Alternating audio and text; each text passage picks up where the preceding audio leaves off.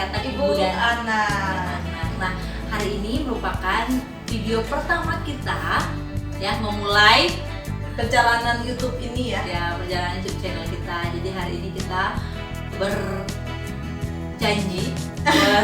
berdedikasi gitu ya untuk mulai Kita akan memberikan pengetahuan tambahan, informasi kepada ibu-ibu semua, kepada ibu saja, Iya. suami, bapak, anak boleh juga, Maupun yang mahasiswa, calon mungkin ibu ya.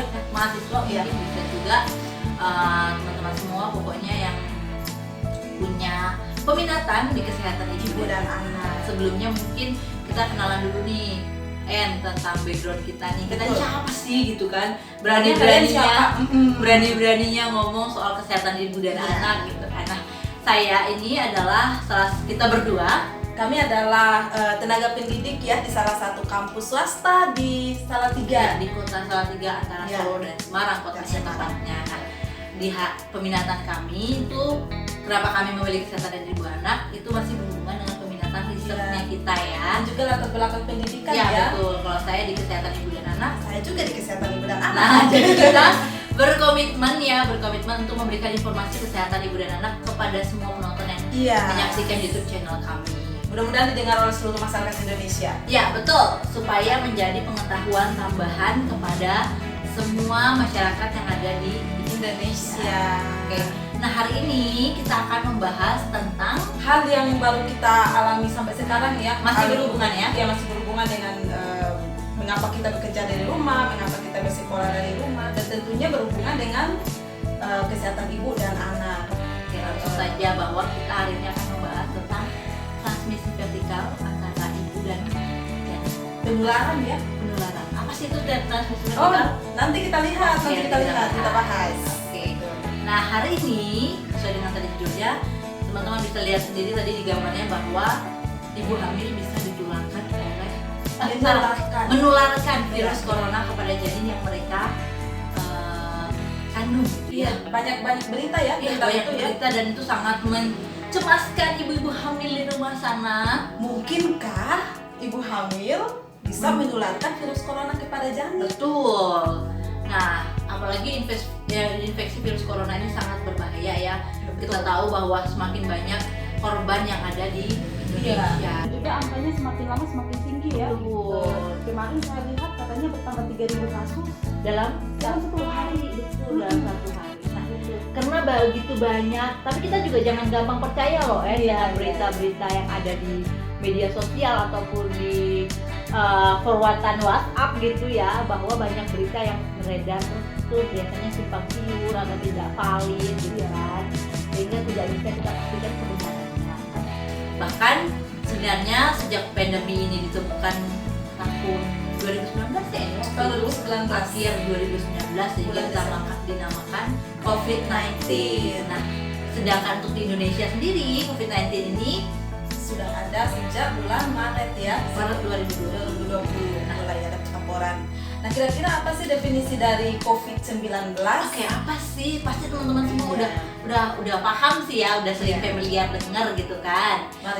Mari kita lihat dari Organisasi Kesehatan Oke. Dunia ya, bagaimana Oke. definisi COVID-19 adalah penyakit infeksi yang disebabkan oleh coronavirus jenis terbaru.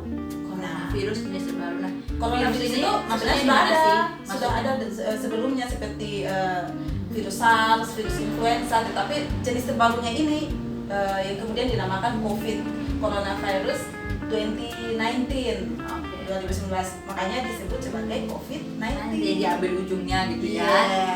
Oke, nah itu tadi sekilas dari definisi COVID-19. Nah, WHO juga menyatakan beberapa Simptom, beberapa gejala, misalnya batuk, sesak nafas, kemudian ada diare, sampai menimbulkan kematian yang cukup banyak.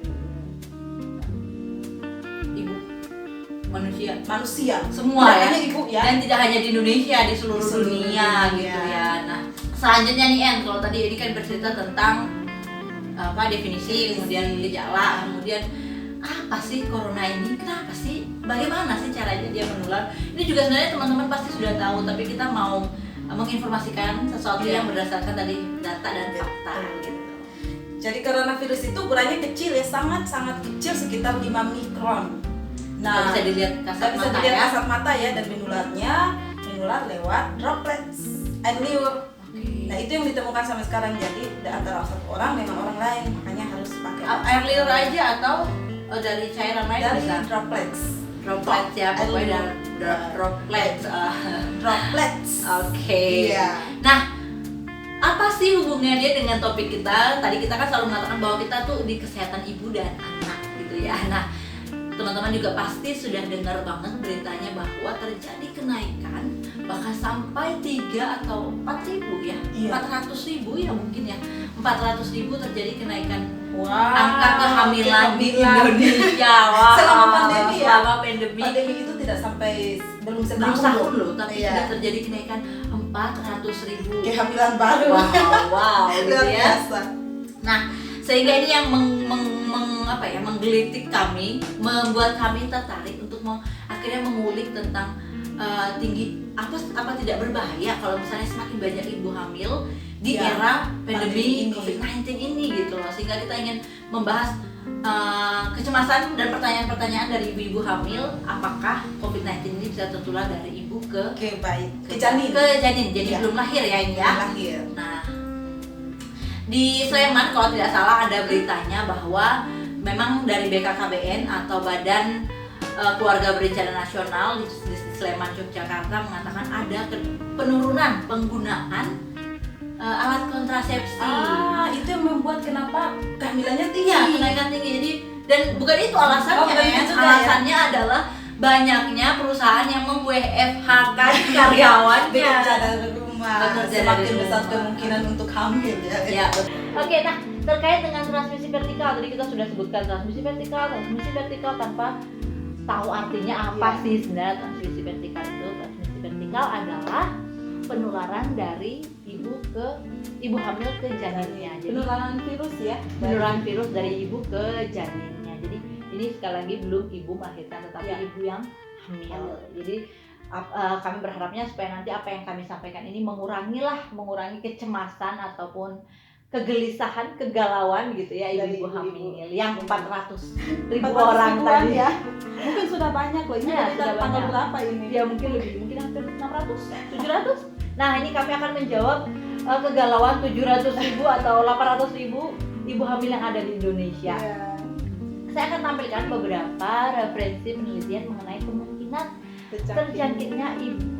terjangkitnya janin ataupun bayi baru lahir oleh ibu yang terkena COVID-19 atau positif. Jadi bukan cuma sekedar reaktif ya, tetapi sudah tes PCR mungkin terus dia memang positif. Ini ada penelitian dari The Lancet, kemudian penelitian dari masih sama dari Fetal and Pediatric Pathology.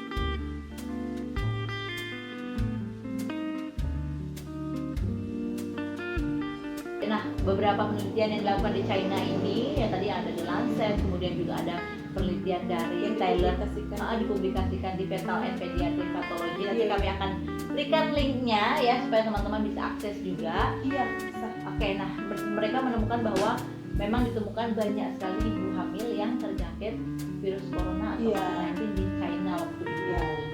Mereka menyebutkan bahwa penelitian di China yang mereka lakukan ada beberapa ibu Ya. hamil yang positif COVID-19 Tapi tidak terbukti itu anaknya mengalami ya positif COVID. juga.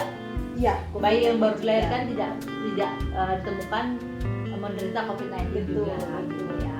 Dan di Indonesia ada berita terbaru dari Kebijakan Kesehatan Indonesia, katanya ada satu laporan ibu yang kemungkinan menularkan dari masa kehamilan dari ibunya ke janin. Ada satu Ada ya. satu. Jadi sebenarnya kasus COVID-19 untuk penularan dari ibu hamil ke bayi itu, ke janin itu sangat kecil ya kalau kita lihat Ya. secara statistik. Baru satu, padahal ini sudah hampir 6 atau 7 bulan ya. Iya, iya. Hampir Dan 8 kebanyakan penelitian yang dilakukan itu setelah bayinya sudah berumur 7 hari atau beberapa hari kemudian baru kemudian dilakukan tes, dapatkan hasil bahwa bayinya positif. Jadi itu sudah kemungkinan transmisi horizontal. Horizontal. itu, Jadi dari orang orang lain ya. ya, atau dari udara bebas, dari maksudnya dari lingkungannya Iya. dia gitu, bukan dari ibu ke janin dari dalam gitu ya, dari Iya. saat kehamilan gitu. Jadi belum ada ya kalau di Iya. Indonesia penelitian yang meneliti dari ibu hamil sampai ke bayi baru lahir. Apalagi itu kan harus penelitian yang apa ya, cukup lama gitu. Nah, tetapi itu kan kalau di Indonesia nih ternyata saya baca-baca, mungkin berita ini juga sempat membuat heboh, ya membuat heboh. Berita ini kalau tidak salah mulai muncul 1,5 bulan atau 1 bulan yang lalu di Indonesia tepatnya, di mana ternyata ada salah satu dokter dan juga dokter obgyn di Paris, namanya Dokter Deluca, menemukan bahwa ada satu ibu hamil yang positif. Jadi dari hasil penelitian ini mereka menunjukkan bahwa ada ibu hamil yang positif COVID-19 dan positif juga menularkan ke janinnya. Iya, janin. Sehingga bayi baru lahir, setelah 1 jam lahir, kemudian mereka lakukan tes swab atau PCR, Hasilnya positif. Sedangkan kita tahu masa inkubasi COVID-19 ini Panjang gitu kan. sampai Jadi 2 mingguan ya 14 hari hari ya. ataupun mungkin bisa kurang, tetapi tidak mungkin 1 jam. 1 jam itu Sehingga- sangat dekat. Ya sangat dekat gitu ya. Jadi tidak mungkin bayi ini ditularkan setelah dia keluar gitu. Setelah dia dilahirkan. Jadi kemungkinan besar dia di dalam kandungan itu memang sudah tertular COVID-19. Nah, penelitian ini sebenarnya mereka lakukan atau caranya gitu ya, caranya mereka melakukan penelitian ini adalah mereka melihat dari plasenta atau ari-arinya ibu. Iya. Itu yang mereka teliti. Dan belum banyak penelitian tentang itu ya. Betul. Walaupun nanti bayi setelah lahir kemudian di tesnya positif, tidak mungkin kita cari lagi plasentanya di mana untuk dilakukan itu kan. Iya, Itu yang membuat kesulitan, banyak limitasi, banyak keterbatasan penelitian ini, karena bukan PT ini saja, banyak penelitian lainnya juga tentang itu. Ada juga di Italia dan mereka menyimpulkan bahwa terdapat kemungkinan yang positif penularan COVID-19 dari ibu hamil ke bayi. Oh, jadi ada 2 ya sekarang ya, dan memang dua negara ini Berdekatan. berdekatan. Dan keduanya merupakan negara dengan angka tertinggi beberapa waktu yang lalu. Mungkin sekarang sudah turun ya. Makanya sekali lagi kenapa kita tertarik, mungkin mendengar 2 berita ini saja cukup membuat deg-degan ibu-ibu hamil yang ada di Indonesia, terutama yang hamil di masa pandemi COVID-19 gitu ya. Tadi yang berapa? 400-an ribu, mungkin 1.700 ya, ribuan. mungkin sudah lebih. Nah, mungkin mereka akan merasa takut, kemudian cemas. Tetapi Jangan sebenarnya takut ya. tidak Soalnya perlu kan takut. secara statistik saja belum terbukti. Iya, karena baru satu, satu gitu dua kan. seperti itu, dan harus selalu dilakukan. Tapi kita juga nggak boleh anggap remeh. Iya, betul. Sehingga yang harus kita lakukan sekarang harus patuhi protokol kesehatan. Ya, betul. Entah sebagai tenaga kesehatan maupun sebagai ibu hamil ya, selama Betul. kehamilan, selama melahirkan, dan juga setelah melahirkan. Karena ada kemungkinan di semua masa itu iya, terjadi penularan COVID-19 ke ibu. Nah, itu tadi update informasi dari kami terkait penyebaran COVID-19 terutama pada ibu dan janin, atau mungkin nanti bisa kami perluas lagi ya En ya. Perlu dilakukan banyak penelitian lagi, Betul. review lagi terhadap bicara berita. Betul. Mungkin nanti akan diperluas lagi seperti yang sudah saya sampaikan, diperluas lagi bukan hanya kepada ibu dan janin, tapi mungkin ibu, janin, anak, bapak gitu ya. Betul, iya. Bapak enggak. Ini kita kesehatan ibu dan anak. Oh iya. Iya. Kan kesehatan ibu, kesehatan keluarga. Oke. Masih mencakup lagi. Oke, nah itu tadi dari kesimpulan kita di sesi kali ini adalah bahwa tidak perlu takut, Ya, tidak perlu khawatir yang berlebihan, jangan cemas tidak boleh cemas, karena kecemasan bisa menurunkan imunitas seseorang. Jadi karena terlalu banyak cemas, Betul. malah lebih cepat tertular. Betul, jadi harus lebih banyak refreshing di rumah, main sama anak gitu ya, atau mungkin masak gitu Iya. kan. Nah, itu juga hiburan buat anak semuanya. Nah, sekali lagi terima kasih atas attention, kemudian atas kesediaan teman-teman semua yang nonton YouTube kita di hari ini, Ya, jangan lupa like, jangan lupa komen, dan subscribe jangan lupa share juga. Mas, subscribe dan share itu gratis ya, Gratis. teman-teman. Oke, saya pamit dulu. Saya Rifat Tabu Bolon. Saya Eni Toho. Dadah.